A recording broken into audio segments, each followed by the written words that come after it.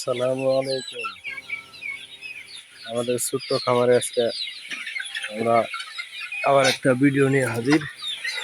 আমরা লিটার পরিষ্কার করতেছি, লিটার চেঞ্জ করতেছি। যারা দেখতেছেন, লিটার পরিষ্কার করার নিয়ম হলো পুরা ফুল লিটার খামার থেকে সরানো যাবে না। অর্ধেক লিটার আপনি ফালাই দিয়ে আর অর্ধেক নতুন লিটার আমরা পরিষ্কার করবো। আজকে পরিষ্কার করে এরকম বেলসা দিয়া আমরা বস্তার মধ্যে আস্তে আস্তে উঠাবো, যাতে করে মানে ডাস্ট না উড়ে। ডাস্ট উঠলে হবে কি, মুরগির ডাস্ট তুলে নাকে যাবে, এখান থেকে আবার সর্দি লাগবে, ঠান্ডা লাগবে। আবার আস্তে আস্তে করবেন যাতে ডাস্ট না উড়ে।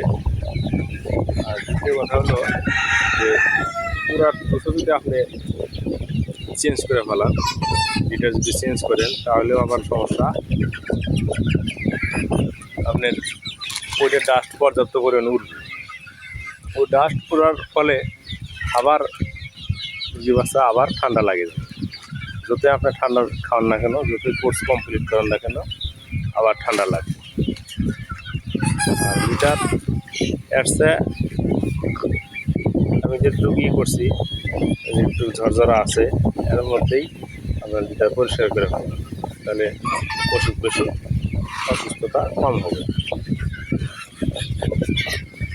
আর লিটার দেরিতে চেঞ্জ করলেও কিন্তু এই লিটার মুরগি কিন্তু খাওয়ার ফলে রক্তামশা হয়। রক্তামশা হয়ে কিন্তু আবার অসুস্থ হয়ে যাবে। রক্তামশা শুধু আসলে লিটারের কারণে হয় না, রক্তামশা হয় যেমন খাবার চেঞ্জ করলে ওই খাবার খায় তার মানে ভিতরে ব্লিডিং হয়, ব্লিডিং হয়ে কিডনি রক্তামশা আকারে আবার কিডনি অসুস্থ হয়ে যায়। জন্য আপনার খাবার চেঞ্জ করার আগ মুহূর্তে এই কাজটা করতে হবে। আর বোর্ডিং থেকে 14 থেকে 15 দিনের মধ্যে একটা রক্তামশার ডোজ দিতে হবে। ওইখানে আবার দেখা যায় যে ওই সময় রক্তামশা হওয়া শুরু করে ওই সময়টা। তে আমার মুরগিগুলো অনেক সুন্দর আছে বর্তমান, আল্লাহ বাঁচা রাখলে।